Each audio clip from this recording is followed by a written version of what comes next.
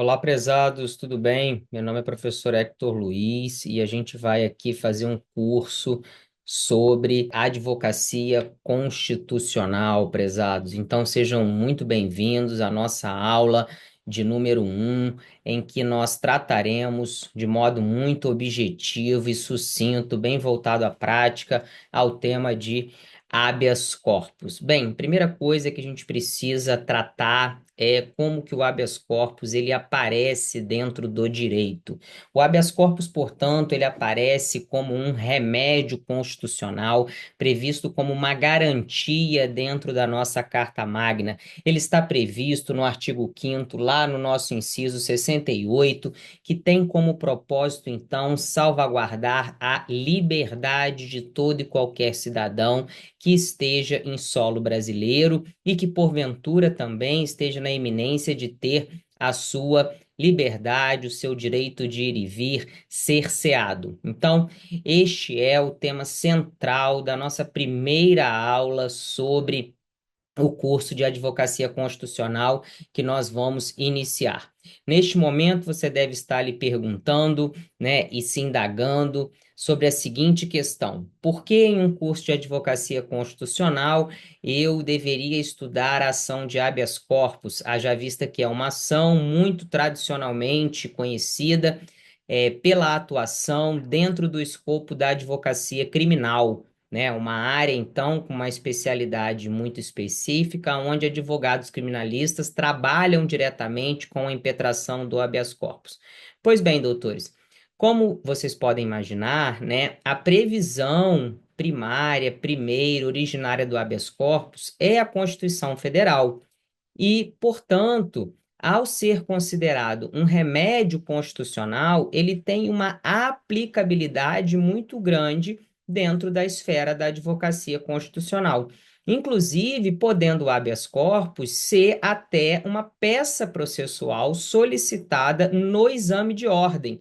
Então, os advogados, né, os estudantes e futuros advogados que vierem a se candidatar, né, à segunda fase em direito constitucional na OAB, também poderão realizar, né, uma peça processual denominada habeas corpus. Como eu disse, em que pese seja comum na esfera criminal, a gente sabe que o habeas corpus é uma ação constitucional por ter a sua classificação como sendo um remédio constitucional e a sua previsão no 68 da Constituição Federal se torna essa garantia que vai ajudar a restabelecer ou a impedir que a liberdade de alguém seja cerceada. Então, essas são as informações introdutórias aqui para a gente poder visualizar as minúcias e os pormenores que existem dentro da seara do habeas corpus. Muito bem, doutores.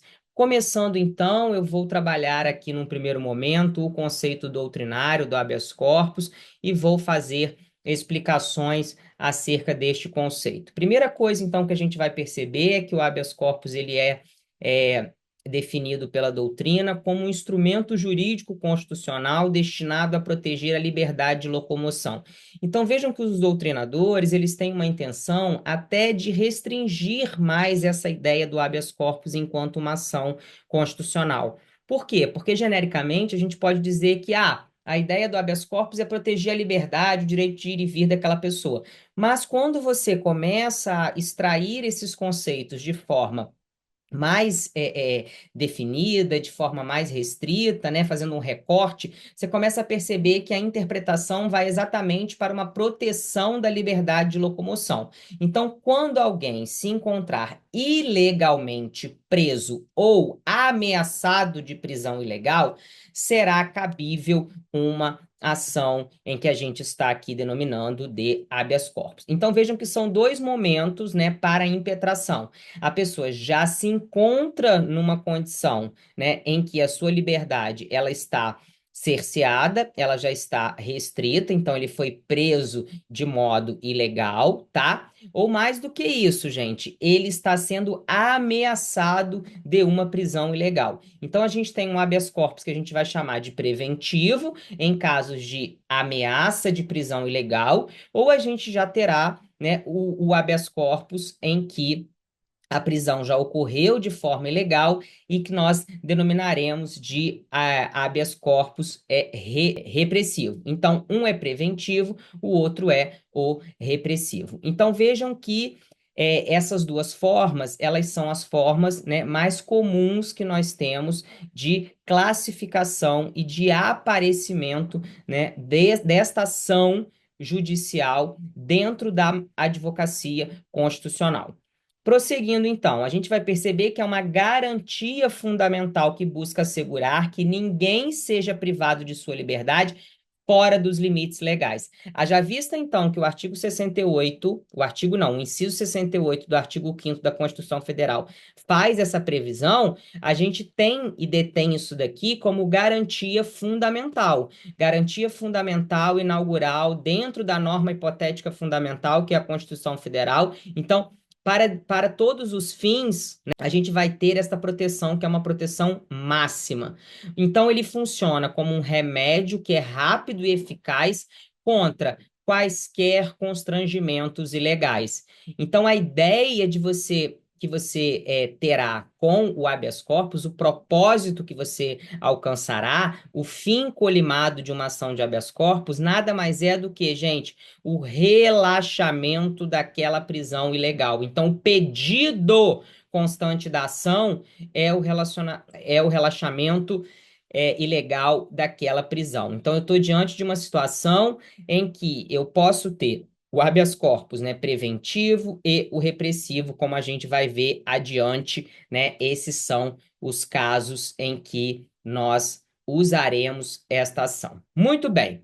Como eu já disse, vou reforçar e deixo consignado aqui na aula para vocês, esta previsão constitucional está no artigo 5º, lá no inciso 68 da Constituição, e automaticamente, ao estar previsto aqui, ela assegura a concessão do habeas corpus sempre que alguém, então vejam que não tem restrição com relação à pessoa, então sempre que alguém é genérico mesmo, é qualquer pessoa, sofrer ou se achar ameaçado de sofrer violência ou coação em sua liberdade de locomoção, seja por ilegalidade ou abuso de poder. Quando a gente vai para a Constituição Federal e verifica a literalidade do inciso 68 do artigo 5º, a gente percebe que aparece aqui uma nova palavra que nós ainda não tínhamos mencionado. Ou seja, lá no conceito doutrinário, a gente se prende muito à noção de uma prisão ilegal. A ideia de ilegalidade é a ideia que percorre a ideia conceitual da doutrina.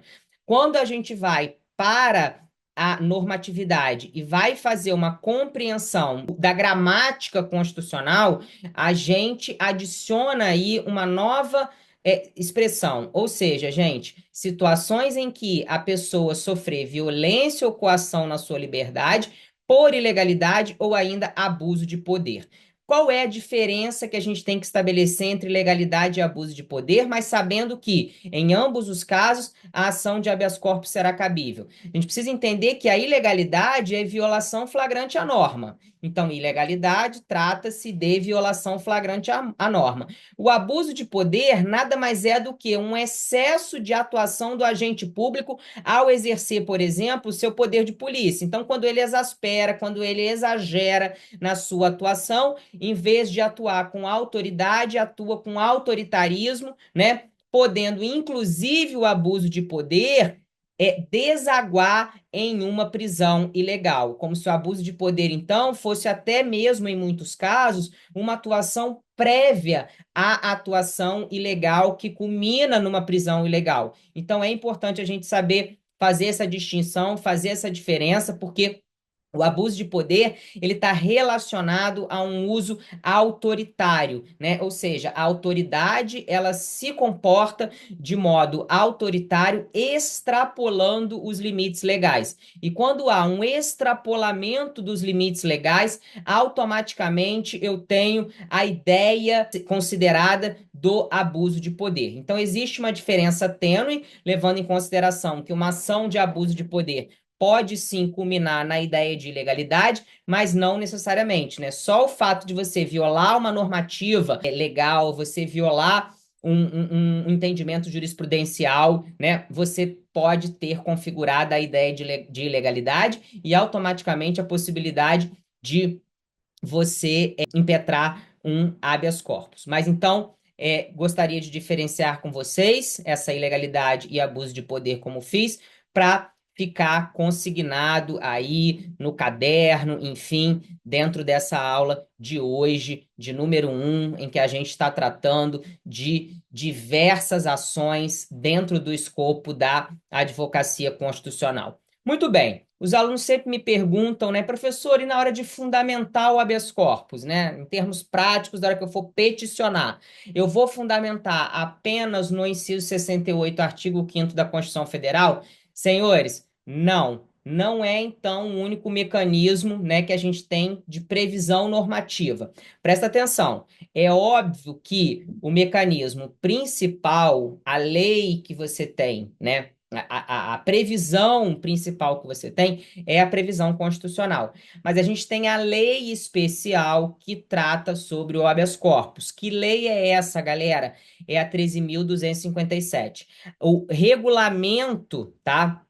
Que essa lei traz é exatamente com a intenção de detalhar os procedimentos e regras para a sua impetração. Então, a 13.257/16, que é a lei do habeas corpus, ela vai trazer para a gente, passo a passo, todo o procedimento e todas as regras para a impetração do habeas corpus. E aí eu quero destacar alguns pontos com vocês. É óbvio que num curso, né, como o nosso, né, que é um curso em que eu vou passar por várias ações constitucionais, a gente não tem tempo de ficar lendo em sala de aula, né, artigo por artigo da lei. Mas eu estou aqui apontando para você a legislação especial para que você, no momento, né, de estudo, de foco, né, em que você vai se debruçar, então, para se aprofundar, né, aí em casa, nos seus conhecimentos, né, sobre a advocacia constitucional, você vai abrir a lei e vai estudar. Neste primeiro momento, então, e contato de apresentação da norma e desse conjunto de matérias, eu estou trazendo aqui pontos que eu acho importante, né, sobre a 13.257. Então, o que que eu quero destacar, pessoal, com relação a isso, né?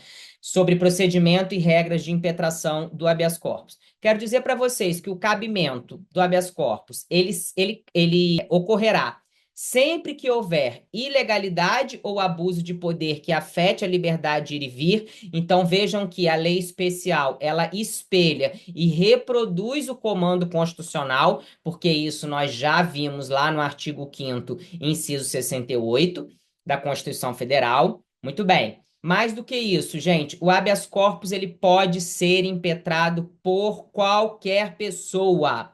Isso aqui é importantíssimo para efeitos de prova. Eu já perdi a conta de quantas vezes essa questão apareceu na OAB, tanto na disciplina de constitucional, tanto na disciplina de penal. Então, gente, nunca esqueçam, o habeas corpus é uma ação de natureza constitucional que pode ser impetrado por qualquer pessoa.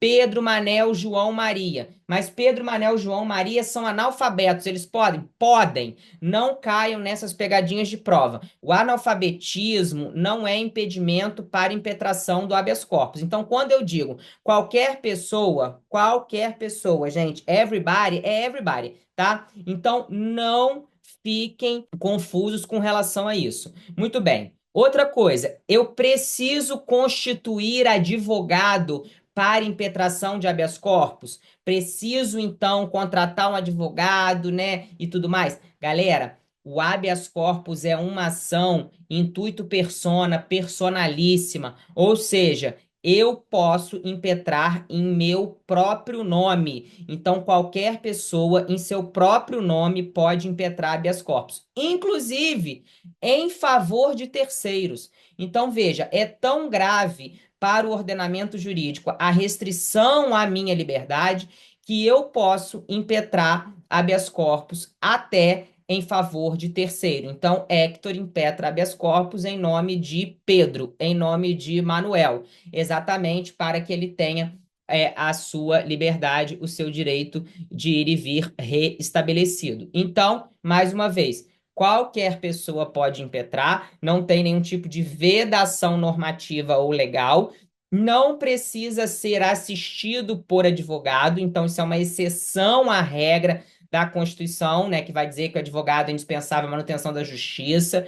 Então, vejam que, né, é uma espécie de ius postulandi, doutores. O ius postulandi, aquele princípio tão famoso aplicado na Justiça do Trabalho no primeiro grau, né, de jurisdição, bem como aplicado nos juizados especiais por conta da 9.099. A gente aqui também tem, junto com a impetração do habeas corpus, a aplicação do ius postulandi. O que isso quer dizer, gente? Essa ideia, então, de ser uma ação personalíssima é que ela não carece, né, do patrocínio de um advogado. Não é preciso você constituir advogado nos autos para realização. Ah, professor, mas como que uma pessoa normal, né, que não estudou direito, ela vai saber? Gente, tem várias formas dela saber, né? A gente tem decisões, né, e casos históricos, melhor dizendo, de pessoas que se encontravam, né, com a sua restrição de liberdade cerceada, né, com a liberdade cerceada, dentro do sistema prisional e que escreveram, redigiram seus habeas corpus de modo informal, num pedaço de lençol, outros que fizeram no papel higiênico. Então vejam que a ausência de forma é uma característica desse tipo de ação. Então, além de você não necessitar da presença de um advogado, você também não possui, né, uma forma para realizar esta ação. Tranquilo? Muito bem. E ainda destaco para vocês, com relação a 13.257, que o habeas corpus trata-se de um processo de natureza mandamental, urgente e preferencial. Ou seja, gente, caiu na mesa do juiz, caiu no plantão judiciário no final de semana, aquele juiz de plantão, ou enfim, ordinariamente, né, se não for em regime de plantão, final de semana e tudo mais, aquele processo denominado habeas corpus que se inicia, ele tem uma natureza mandamental, ou seja, gente, ele tem uma natureza urgente, existe uma preferência na sua análise, ele vai ser, então, preferencialmente analisado, né, para que haja ou não o seu deferimento, né? Então, deferimento ou indeferimento daquele pedido que está sendo formulado. Exatamente porque é algo que está na esfera das garantias individuais e civis do cidadão. Ele está dentro do rol do artigo 5º, enquanto garantia constitucional, enquanto remédio constitucional. Então, por óbvio, ele faz parte, né, deste rol de direitos civis e direitos fundamentais que nós temos.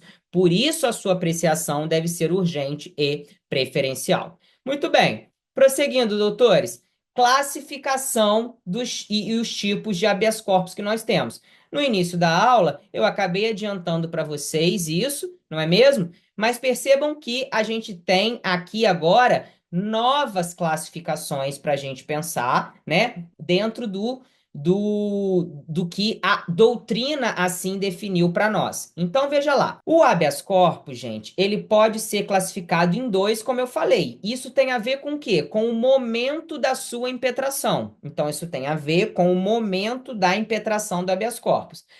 Se, gente, eu distribuo esta ação antes do constrangimento, ou seja, no momento em que se tinha apenas uma ameaça à restrição da liberdade daquela pessoa, este habeas corpus terá natureza e classificação de habeas corpus preventivo.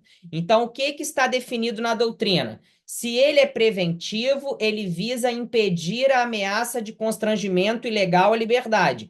Se ele é preventivo, ele visa impedir a ameaça de constrangimento ilegal à liberdade de todo e qualquer cidadão. Eu acho que isso ficou muito claro lá no início, mas vale a pena a gente reforçar e sublinhar ainda mais agora. Por outro lado, se você tem a impetração do habeas corpus depois em que ocorreu, por exemplo, uma prisão ilegal, ele será classificado como habeas corpus repressivo, tá? Então, o repressivo, ele busca o quê? Ele busca a libertação imediata da pessoa em caso de prisão ilegal que já foi consumada, que já foi realizada. Então, se a prisão já foi realizada, a prisão é ilegal, ela foi consumada, será cabível habeas corpus na modalidade repressivo, né? Ainda não foi consumada, está na iminência de ocorrer, é o preventivo. Tranquilo? Então, essa classificação aparece dessa forma e você precisa conhecer. Professor, dúvida prática, na hora de fazer a redação, né, que eu estiver peticionando o habeas corpus, eu preciso colocar que ele é preventivo ou repressivo? Eu recomendo que sim. Não tem uma obrigatoriedade, mas eu recomendo que sim, para ficar bonitinho, se você for fazer para um cliente, tá? Direitinho, repressivo, preventivo, exatamente para que o juiz perceba que você conhece. Afinal de contas, está fazendo o curso de advocacia constitucional exatamente com esse objetivo de melhorar e aprimorar ainda mais a sua advocacia dentro da área constitucional. Pessoal, a doutrina também traz para a gente, né, uma outra classificação que é com relação ao tipo de habeas corpus. Ou seja, o habeas corpus é o que aparece em regra para a gente. Ele pode ser individual, como ele também pode ser coletivo. Por que que em regra ele é individual? Porque, na verdade, gente, quando você está advogando para alguém, aí eu estou falando da advocacia privada, né? Quem te procura é um cliente, né, um cliente específico que teve lá a sua prisão decretada por algum motivo e tudo mais, e você logo já vai impetrar um habeas corpus tentando ali comprovar a ilegalidade daquela prisão. Então, em regra, pela natureza, né, enfim, da situação fática que nos aparece, os habeas corpus, eles são considerados individuais, ou seja, são casos em que eles são impetrados por, né, ou em favor de uma única pessoa. Então, quando você impetra um habeas corpus para uma única pessoa, um único cliente, ele é um habeas corpus individual. Mas veja que eu posso também ter a impetração do habeas corpus coletivo, impetrado de modo coletivo em favor de diversas pessoas em situação análoga, embora seja mais raro. Como eu disse para vocês, o individual acaba sendo a regra, né? Mas eu posso ter, está previsto então dentro da nossa dogmática jurídica, a possibilidade de se ter um habeas corpus coletivo. Então, vamos imaginar, né, que várias pessoas tiveram a sua prisão decretada em um determinado show, né, para ocorrência de algum fato ali em que isso ocorre. Muito bem. O advogado pode propor, então foi contratado um único advogado e ele pode propor um habeas corpus na modalidade coletiva. Lembrando, doutores, que tanto o preventivo ou repressivo podem ser feitos de modo individual ou coletivo. Então, é importante também deixar isso registrado para os senhores. Como não seria diferente, já que o nosso curso é um curso de prática da advocacia, vou trazer alguns aspectos importantes dentro da jurisprudência que reputo como essenciais para o conhecimento de vocês. Vejam que a jurisprudência do STF, né, atualmente, tem reiterado que o habeas corpus se apresenta como um instrumento indicado para garantir a liberdade contra as prisões arbitrárias ou ilegais e que ela assegura ampla proteção contra abuso de poder policial e judicial.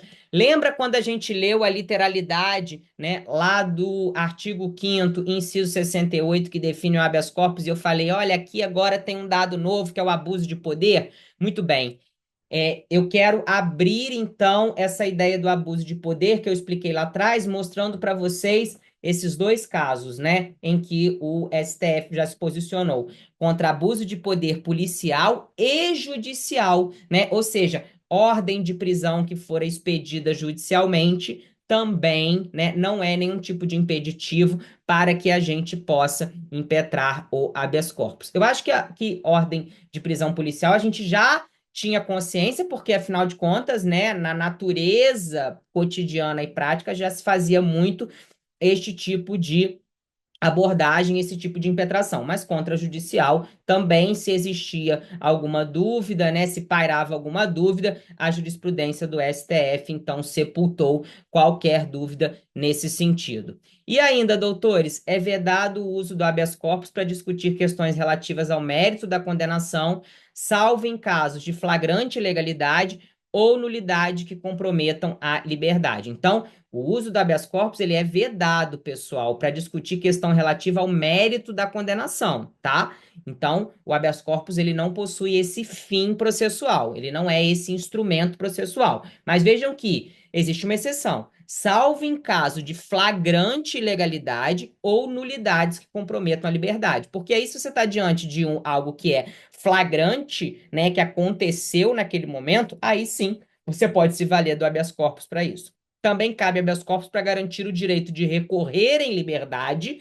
Isso também é muito utilizado na prática, então não poderia deixar de trazer para os senhores, afinal de contas é um entendimento jurisprudencial também, tá? Então o habeas corpus ele serve para garantir o direito da pessoa recorrer, duplo grau de jurisdição, quero mudar a sentença de primeiro grau, então eu quero recorrer, tá, em liberdade, e aí eu vou ter que, obviamente, atravessar um habeas corpus para pedir isso, para eu ter o direito de recorrer em liberdade. E para proteger direitos relacionados à integridade física e moral do preso. Então, o preso que está, né, numa condição de idade avançada, o preso que está numa condição, então, de saúde debilitada, o preso que está com problemas de ordem psicológica, neuropsicológicas. Então, são situações também, né, que colocam em xeque a integridade física e moral do preso, que o habeas corpus também pode ser uma ação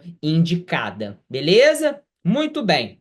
Então, para fechar toda essa ideia que eu trouxe para a gente, todo esse panorama normativo, doutrinário que eu desenhei, vamos arquitetar aqui um exemplo prático.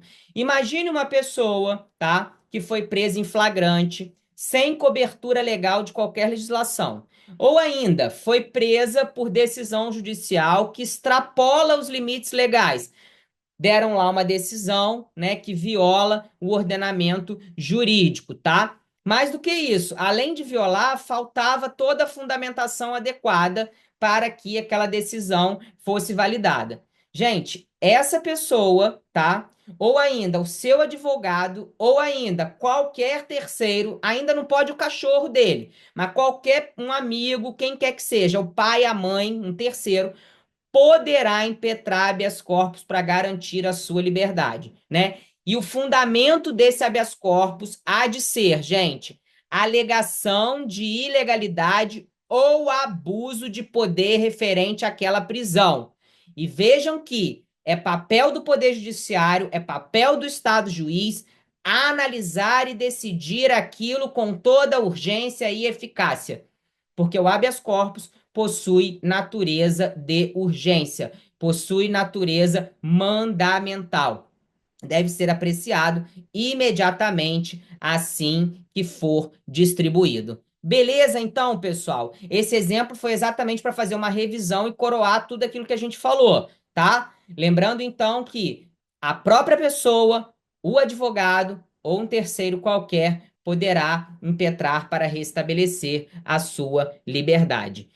Deixe isso registrado. Não percam de mão a possibilidade, então, do habeas corpus, né, ser impetrado pela pessoa que está aí em vias, né, de ter a sua liberdade cerceada ou restringida. Isso ocorre por conta do princípio do ius postulandi. E lembre-se, não há forma. O habeas corpus ele pode ser proposto, então, é escrito num lençol, numa fronha, num papel de pão, no papel higiênico. O importante é que esta pessoa, então, consiga a sua liberdade restabelecida, tá bom? Deixo para vocês aqui uma lista de referências bibliográficas que eu acho importante para o seu aprimoramento, para que você amplie então o seu conhecimento dentro dessa área específica. Vou fazer isso em todas as aulas e deixo também o meu contato por e-mail para os senhores e meu Instagram para quem tiver interesse, tá bom? Meu muito obrigado, então.